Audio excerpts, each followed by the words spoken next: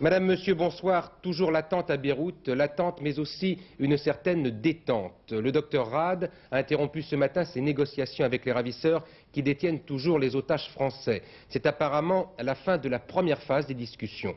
Avec une indication de l'émissaire français, un accord de principe est en voie d'élaboration, mais il reste encore à régler les détails, des détails qui semblent importants.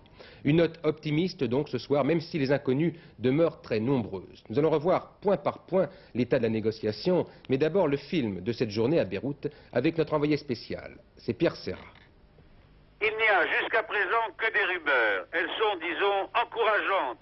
Elles viennent de sources différentes, mais elles sont toutes concordantes.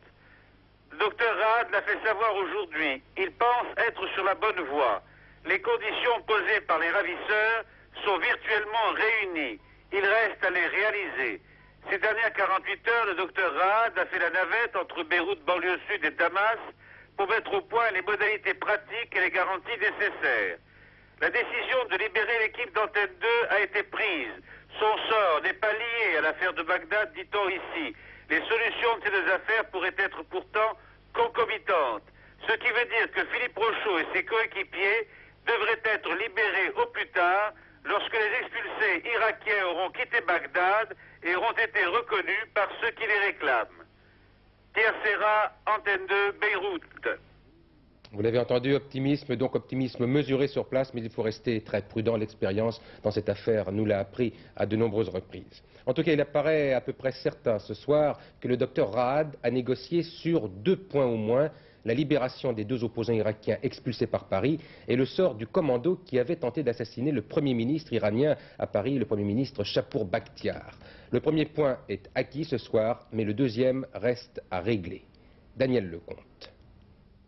La remise de 2 de nos frères irakiens aux autorités irakiennes, alors que la France savait qu'ils étaient des opposants au régime et qu'ils seraient exécutés en Irak, est un défi dangereux au sentiment de tous les musulmans. Ceci constitue une complicité de crime. C'est dans ce communiqué annonçant la mort de Michel Serra et publié il y a une semaine à Beyrouth que le djihad islamique évoquait pour la première fois la question des 2 Irakiens expulsés par Paris.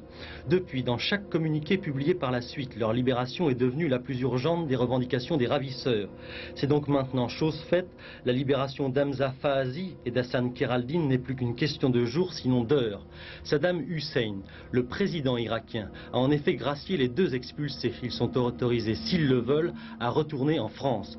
Un préalable capital pesant sur la négociation vient donc d'être levé. Reste maintenant l'autre revendication des ravisseurs. Elle concerne la libération de 5 membres d'un commando communiste. Ces 5 hommes avaient tenté d'assassiner l'ancien Premier ministre irakien Chapour Bakhtiar. C'était en juillet 1980 à Neuilly. Au cours de la fusillade, 2 personnes devaient trouver la mort. Arrêtés sur le champ, 4 d'entre eux, dont le chef du commando, Anis Nakache, était condamné à la réclusion à perpétuité, le 5e à 20 ans.